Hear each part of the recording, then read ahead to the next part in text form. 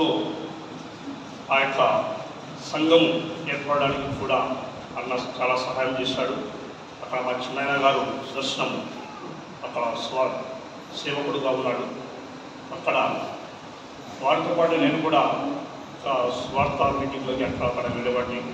అయితే అప్పుడు నేను దేవుణ్ణి యాక్సెప్ట్ చేశాను, అందికొట్టుగురులో సొంత రక్షకుడిగా అంగీకరించాను. కానీ అయితే అక్కడ నేను నిలబడలేకపోయాను. దానికి కారణము అనేక ఉండొచ్చు. అప్పుడు నేను తర్వాత 10th అయిపోయిన తర్వాత ఇంటర్మీడియట్ చదువులు, ఆ తర్వాత అనంతపురం, తిరుపతి చదివే రోజుల్లో నేను దేవునికి అవిధేయుడిగా జీవించాను. అన్న చాలాసార్లు మోయస్ అన్న గారు మా ఊరికి వచ్చినప్పుడు చాలా సున్నితంగా చెప్పేవాడు. అయితే నేను దూరంగా వెళ్ళేవాడిని, దేవునికి దూరంగానే అక్కడ జీవించాను. అయితే తర్వాత ఇక్కడ ఈ ఆధునికి ఉద్యోగరీత్యా ఆ భార్యకి 2013 జనవరిలో లేబుల్ మెమోరియల్ స్కూల్ అసిస్టెంట్ ఇంగ్లీష్గా వచ్చినప్పుడు ఈ ఆదోనికి వచ్చాము. అప్పుడు మాకు ఇక్కడ ఎవరు కూడా తెలియదు, మేము ఎవరికి కొత్త. అప్పుడు నాకు కూడా ఈ ఊరికి ఎందుకు వచ్చాము అని చాలా రోజులు నేను బాధపడ్డాను. ఎందుకంటే నా తల్లిదండ్రులు, నా అన్నదమ్ములు, నా భర్త సంబంధికులు అందరూ అక్కడ ఆత్మకూరులో ఉన్నారు.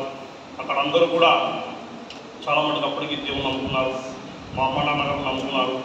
నేను అందరికంటే ముందు నమ్ముకోవాల్సిన వాడిని వెనుకబడిపోయాను. అయితే ఇక్కడికి వచ్చిన తర్వాత మేము 2020 సంవత్సరం మే 10వ తేదీన నేను నా భార్య ఇద్దరము కూడా దేవుని సొంత రక్షకునిగా యేసుక్రీస్తు ప్రభువుని మా యొక్క విమోచకుడుగా మేము అంగీకరించాము. ఆ తర్వాత 2020 సంవత్సరము డిసెంబర్ 27వ తేదీన మా సొంత గ్రామం ఇస్కాలలో మోజెస్ అన్న గారి ద్వారా మేమిద్దరము బాప్తిసం పొందాము. అక్కడే ఆ రోజు ఆదివారము అక్కడే మేము సంఘంలో చేరి ఆ యొక్క ఆరాధనలో పాల్గొన్నాం. తర్వాత జనవరి 1st వీక్లో ఇక్కడ మేము ఆరాధనకి ఈ సంఘంలో మేము జాయిన్ అయ్యాము. అప్పుడు సంఘ పెద్దలు, పరిచారకులు, ఇక్కడ ఉన్న ప్రతి ఒక్కరు కూడా మమ్మల్ని ఎంతో ప్రేమతో ఆహ్వానించారు. తర్వాత ఈ 5 సంవత్సరాల కాలంలో మేము ఆత్మీయంగా బిడ్డలుగా ఈ యొక్క సంఘంలో చేరాము. ఈ 5 సంవత్సరాల కాలంలో మమ్మల్ని ఎంతోగానో ప్రేమించారు. నేను ఒకప్పుడు మా కుటుంబానికి దూరంగా ఉన్నామే బాధతో ఉన్నాను. అయితే ఈ సంఘంలో చేరిన తర్వాత ఈ 5 సంవత్సరాల కాలంలో నేను నిజంగా ఈ యొక్క సంఘాన్ని నా సొంత కుటుంబంగా నేను భావించాను. అదేవిధంగా నన్ను, నా కుటుంబానికి కూడా సంఘంలో సేవకులు, సంఘ పెద్దలు, పరిచారకులు, సంఘంలో ప్రతి విశ్వాసులు కూడా మమ్మల్ని సొంత పిల్లలుగా భావించారు. మాకు ఎన్నో అవకాశాలు ఇచ్చారు. మేము ఇక్కడ కూర్చున్న వారిలో నేనైతేనేమి, నా భార్య అయితేనేమి, మేము ఆత్మీయంగా చాలా అల్పులం. ఇప్పుడు 2020 సంవత్సరంలో మేము ఇక్కడ వచ్చాము. ఇప్పుడు ఉన్నటువంటి మీరందరూ కూడా మా కాడికి చాలా సీనియర్స్. అయితే దేవుని కృప వలన మాకు ఎన్నో అవకాశాలు దేవుడు ఇచ్చాడు. అందుకు మాకు సహాయం చేసినటువంటి సంఘ పెద్దలు సిద్ధార్థన్న గారు, సుధాకర్ సార్, రాజన్న గారు, రాజేష్ సార్ గారు, వీరందరూ, మరియు ఇంకా చెన్నై సార్, జాన్సన్ అన్న గారు, ఇంకా సేవకులు మన సాయికృష్ణ బ్రదర్ గారు, వీరందరూ మాకు ఎంతగానో ప్రోత్సహించారు. మేము సంఘములో వాక్యం నేర్చుకోవడానికి, ఎదగడానికి ఎంతో వారి మమ్మల్ని ఎంతగానో ప్రోత్సహించేందుకు వారికి మా యొక్క హృదయపూర్వకమైన కృతజ్ఞతలు మా కుటుంబం తరఫున తెలియజేసుకున్నాను. మరియు ఇప్పుడు నేను ఈ యొక్క స్థితికి కూడిక పెట్టడానికి కారణము ముఖ్యంగా మా యొక్క ఆత్మీయంగా నేను ఎంతగానో ఎదుగుతున్న ఈ క్రమంలో నాకు అకస్మాత్తుగా జూన్ 20వ తేదీన నా కర్నూలుకి ట్రాన్స్ఫర్ రావడం జరిగింది.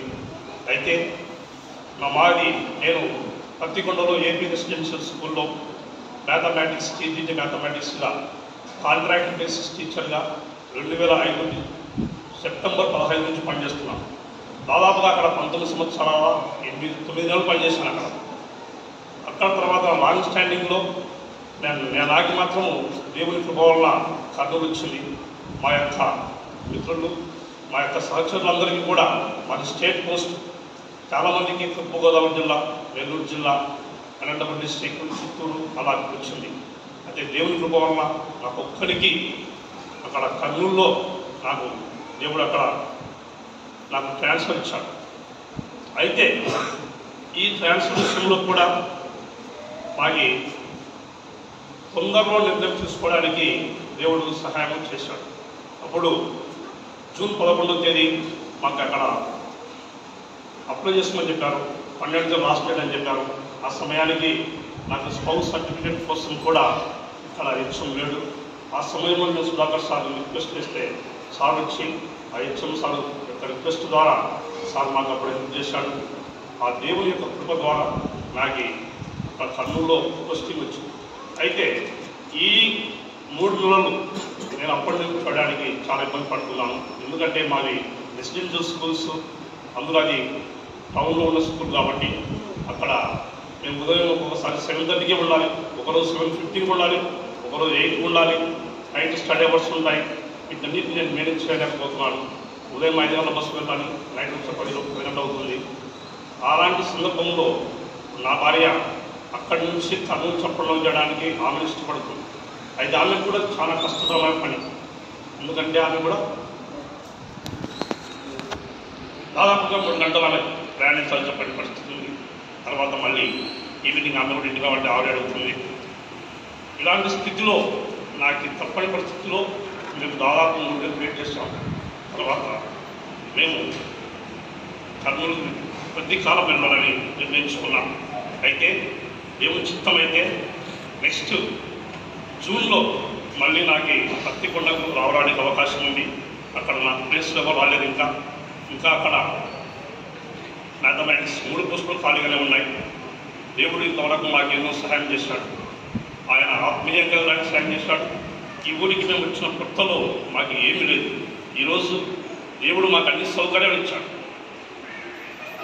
ఈరోజు అన్ని సౌకర్యాలు ఇచ్చాడు. అందువలన దేవుడు నాకు సహాయం ఇస్తానని నమ్మకంతో ఉన్నాను. మరి జూన్లో దేవుడు చిత్తమైతే కలవడానికి నేను ప్రయత్నం తెలుసుకున్నాను. మీరందరూ కూడా మా కోసం ఇంతవరకు ప్రార్థించారు. మమ్మల్ని మీ కుటుంబ సభ్యులుగా భావించారు. మీ యొక్క ప్రార్థనలో మా అందరినీ జ్ఞాపకం చేసుకోవాలని నేను ప్రేమపూర్వకంగా మనవి చేస్తున్నాను.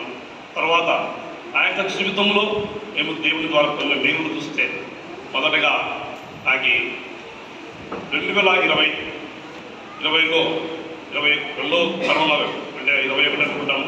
అప్పుడు నాకు కరోనా వచ్చింది. అయితే ఆ కరోనా వచ్చిందని తెలుసుకోవడానికి నాకు దాదాపు 7 డేస్ పట్టింది. నేను ఎక్కడ క్వారంటైన్ పోలేదు, అప్పుడు ఇంట్లోనే ఉన్నాను. అయితే ఆ కరోనా వైరస్ ఇంట్లో పిల్లలకు కానీ నా భార్యకు కానీ ఎవరికి అటాక్ కాకుండా దేవుడు కాపాడాడు. తర్వాత 2024 సంవత్సరంలో నేను 2024 సంవత్సరం మార్చి నెలలో లాస్ట్ వీక్లో ఓసీకి అన్న పరిచయం పొమ్మంటే అప్పుడు ఎవరు లేరంటే ఆ రోజు వెళ్ళాను. అయితే వచ్చిన తర్వాత అదే రోజు నేను స్కూల్కి సండే 4 నుంచి 9 వరకు డ్యూటీ ఉంటుంది ఈవినింగ్. ఆ డ్యూటీకి వెళ్ళడానికి ఇక్కడి నుంచి బండి తీసుకుని పోయాను నేను.